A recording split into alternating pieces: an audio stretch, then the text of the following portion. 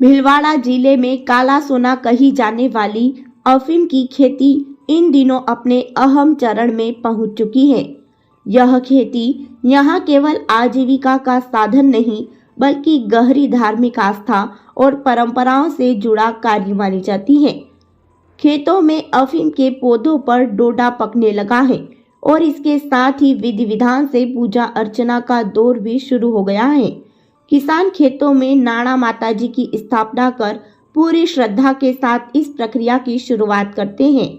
अफीम की खेती में चीरा लगाने से पहले खेत की मेड़ पर नाड़ा माताजी की पूजा की जाती है। शुभ मुहूर्त में 5 या 7 डोडों की विशेष पूजा होती है।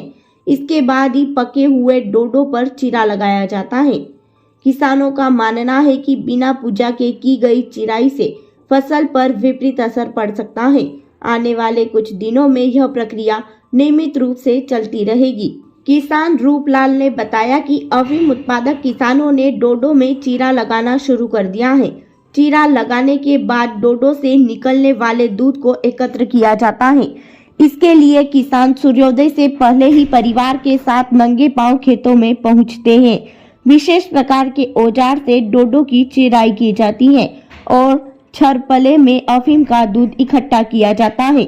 इस दौरान किसान अपनी फसल की रखवाली भी करते हैं ताकि पशु पक्षी या तस्कर किसी तरह का नुकसान न पहुंचा सके।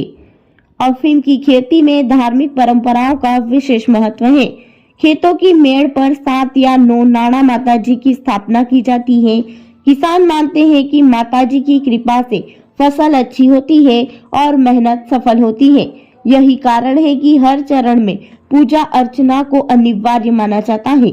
यह परंपरा पीढ़ियों से चली आ रही है और आज भी पूरी आस्था के साथ निभाई जाती है।